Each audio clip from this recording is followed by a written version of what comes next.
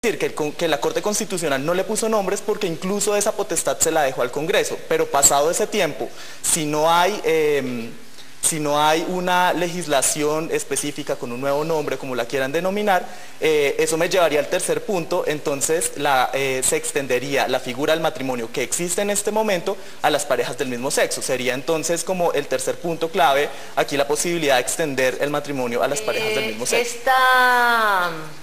Hace 15 años, ¿cuántos países en el mundo tenían aprobado el matrimonio entre personas homosexuales? Hace 15 años. Hace 15 años, no sé, seguramente máximo 1 o 2 países. Esto es, entonces, este debate en Colombia corresponde a una teoría peregrina, contemporánea, inventada, llevada de pronto a cabo por lo que algunas personas denominan la mafia LGBT, o esto es una cosa que tiene un sentido como mucho más amplio en el contexto de los derechos humanos.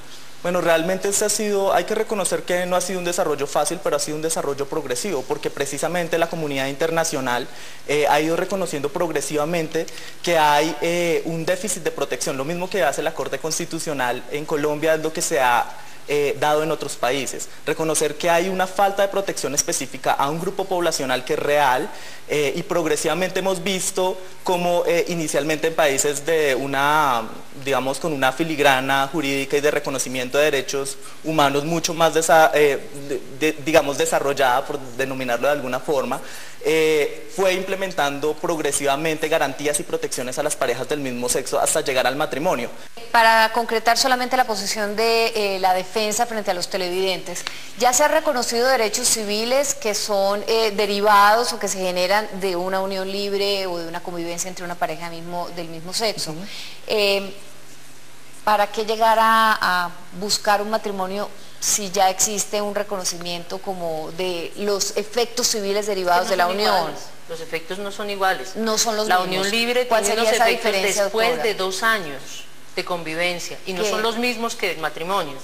Es decir, la sociedad patrimonial, nada más el tema de patrimonio, deben pasar 2 años en la unión libre, 2, para que esa sociedad patrimonial nazca, surja. Y que pueda tener derechos sobre la seguridad social, correcto, derechos hereditarios. El matrimonio tiene efectos inmediatos, públicos, ¿Cuáles serían como esos efectos civiles derivados del matrimonio? En el momento en el que la segunda persona dice sí, nace la sociedad patrimonial.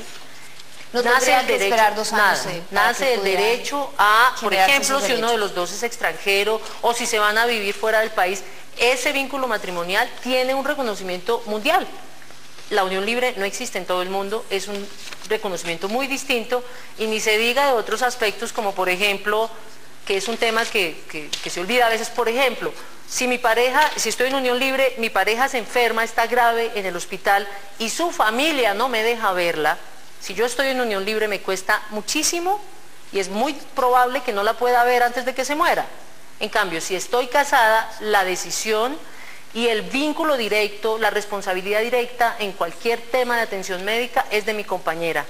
No de mi esposa, perdón, no de mi compañera. Y no se tendría que esperar 2 años, pedir un reconocimiento de que existe una unión marital, correcto, para que esos derechos se puedan reconocer. Tiene un montón de implicaciones sociales diferentes. Gracias. Tiempo entonces para la defensa. Le pido al testigo, al doctor Noguera, que se mantenga. Y pues, señor fiscal, doctor Gilberto Alzate, el testigo de la defensa es todo suyo. Usted le puede preguntar. Muchas gracias, Silvia, tú eres muy amable. Doctor Noguera. Buenas noches. Buenas noches. Cuéntele al jurado, que es el pueblo colombiano, los ciudadanos, conceptualmente, ¿cuál es la diferencia entre una pareja homosexual y una heterosexual? Conceptualmente. Sí, conceptualmente. Que una pareja es del mismo sexo y la otra es conformada por 2 personas de diferente sexo. O sea que estamos frente a 2 realidades diferentes. Sí, es cierto. ¿Correcto? Si es así, ¿cierto? ¿Por qué quieren una misma regulación jurídica? ¿No cree que cada una debe tener una regulación diferente, como la tienen las diferentes profesiones, por ejemplo, los arquitectos, los ingenieros, los médicos, los abogados, o como la tienen los diferentes contratos, el contrato de arrendamiento, el contrato de compraventa, o las diferentes clases de sociedades, la sociedad anónima, la SAS, la sociedad unipersonal, etcétera? Bueno, en primer lugar, yo quisiera ser enfático en que, por supuesto, que existen diferencias entre las parejas del mismo sexo y las parejas heterosexuales. La Corte Constitucional, como ya se ha señalado previamente, reconoció esas diferencias diferencias. Pero aquí la cuestión no es de reconocer diferencias y dar derechos diferentes, que es una cuestión totalmente distinta. Sería tanto como decir como que una persona porque es indígena tiene derechos diferentes a una persona porque no lo es. La Corte Constitucional ha establecido en varias ocasiones y en general el derecho a la igualdad no quiere decir dar lo mismo a iguales, sino es dar a cada quien lo suyo, reconociendo esas diferencias de cada uno, pero partiendo de un principio de igualdad que reconoce que en todo caso las personas son seres humanos. O sea, usted da unas similitudes, intenta asimilar, por ejemplo, las profesiones a personas, y las profesiones desde luego puede que estén reguladas de formas diferentes, pero usted en todo caso cuando ve, todas estas profesiones tienen finalmente garantías procesales, tienen garantías a ser escuchadas, o sea, hay igualdad aunque sean profesiones diferentes. Ya que usted está hablando de este tema y que usted es abogado experto en esta materia, ¿cuál es el concepto aristotélico de la igualdad, que es el que ha venido y el que adoptó la Corte Constitucional precisamente para regular, digámoslo así, ¿cierto?, las diferencias? Bueno, es dar a cada quien acorde, reconociendo esas diferencias, es dar a cada quien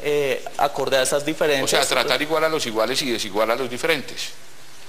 Sí. Eso es lo que ha dicho la Corte Constitucional. Sí. Por eso, entonces estamos frente a dos parejas diferentes. Si son diferentes, entonces desde el punto de vista jurídico, démosle un vestuario correcto a las parejas del mismo sexo diferente al de las parejas heterosexuales. Sí. ¿No le parece?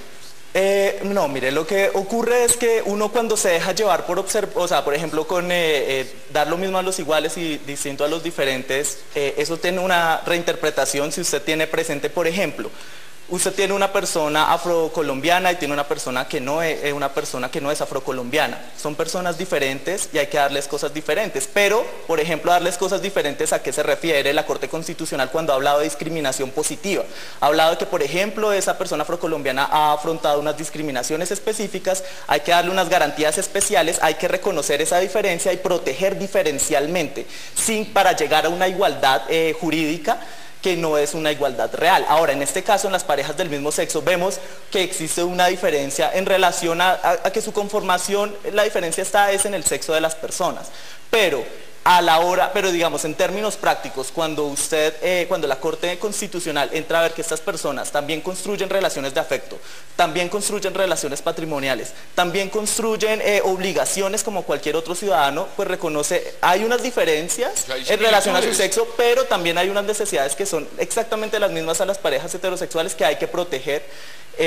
O sea que hay que llenar ese vacío. Y hay diferencias, pero es que una de las grandes diferencias esenciales es que la pareja heterosexual puede procrear, al paso que la homosexual o la igualitaria no puede procrear. Entonces, y es esencial, es fundamental, según eso deberíamos, es la nota diferencial. Según eso, entonces deberíamos desarrollar una legislación específica para las parejas heterosexuales que no pueden procrear, para las mujeres que no tienen útero por X o Y motivo, para los hombres que no tienen capacidad reproductiva. Entonces deberíamos crear legislaciones específicas para cada una de las situaciones biológicas de las personas. Precisamente por eso la ley es abstracta. Eso ya es otro tema diferente, porque es que estamos comparando. Porque es diferente si son situaciones iguales. No, porque o sea, ¿en qué caso podría, por ejemplo, una mujer que no tiene útero?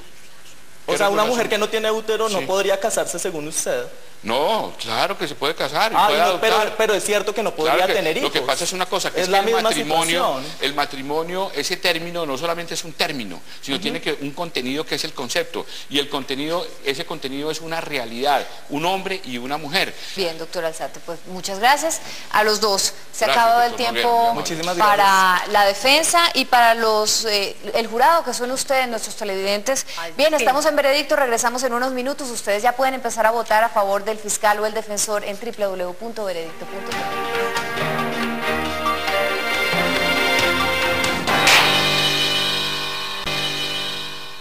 Bien, debe tener validez legal el matrimonio entre personas del mismo sexo en Colombia. Ese es el tema que se está debatiendo esta noche. Ustedes ya tuvieron la oportunidad de escuchar los argumentos de la Fiscalía y de la Defensa y también de escuchar a sus testigos. Vamos ahora a escuchar los alegatos de conclusión y es tiempo para el fiscal, el doctor Gilberto Alzate Cardona. Por favor, lo escuchamos. Usted sostiene la posición de que no es conveniente, no debería realizarse o darse validez a este tipo de uniones legales. Bueno, el hecho de que dos personas se quieran de que dos personas quieran estar juntas, de que dos personas se estimen, ¿cierto? De querer vivir juntos, no les da o les otorga un derecho a acceder al matrimonio, porque esas circunstancias son apenas aquellas que rodean el núcleo esencial del matrimonio. Y resulta que el núcleo esencial del matrimonio, ¿cierto?, es la procreación. Digamos que ese es uno de los elementos fundamentales, esenciales del matrimonio, ¿cierto? Es como si a mí me gustara mi hermana. Pues yo no puedo decir que porque me gusta entonces ahora regulemos una forma de matrimonio para yo casarme con mi hermana, o aspectos similares, ¿cierto? Eso sería desnaturalizar el concepto del matrimonio, porque es que conceptualmente el matrimonio, repetimos, es entre un hombre y una mujer para procrear y para perpetuar la especie. Y resulta que si nos vamos al tema religioso, vemos que en Colombia hay un 85.3% de católicos y un 11.5% de cristianos. Eso suma el 98% aproximadamente.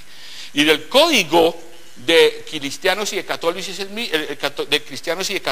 el mismo, son las Sagradas Escrituras, y en las Sagradas Escrituras dice que para que Dios nos proteja debemos obedecer, y resulta que en las Sagradas Escrituras se prohíbe a los varones echarse con varones, es decir, se prohíbe el homosexualismo, dice no entrarán al reino de los cielos. Por consiguiente, una minoría, y lo digo con mucho respeto, no nos puede venir a imponer al 98% básicamente de quienes aspiramos a la invocación de la protección de Dios, como lo dice la Constitución política, una forma en donde haya una desobediencia. Gracias, señor fiscal. Tiempo entonces ahora para la defensa. La doctora Elizabeth Castillo, usted sostiene que se debe dar validez legal a este tipo de uniones entre personas del mismo sexo, así que la escuchamos en sus alegatos de conclusión. Ellos positivamente no pueden reproducirse y este hecho justifica suficientemente la prohibición de este tipo de matrimonios. Este argumento lo esbozaron en 1883 en la demanda de Jackson contra el estado de Virginia en los Estados Unidos.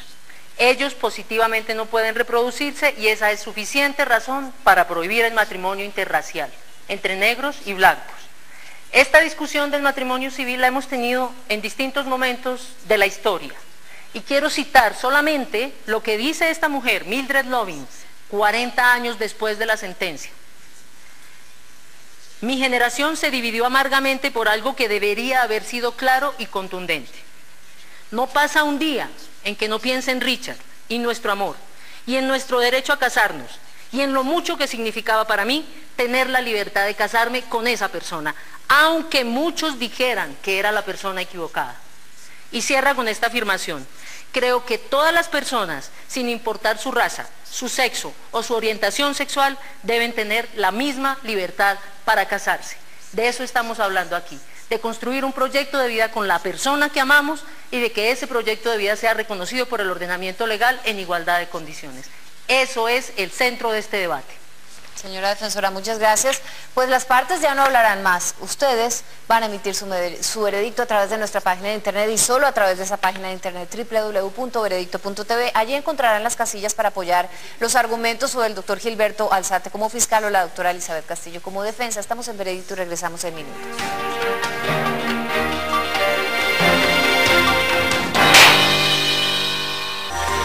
Una muy buena opción al mediodía, programa de entretenimiento, el diario de Diana, donde tenemos muchísimos temas para todos ustedes. Moda, personajes, entretenimiento, consejos, curiosidades y todo un programa especialmente diseñado para usted.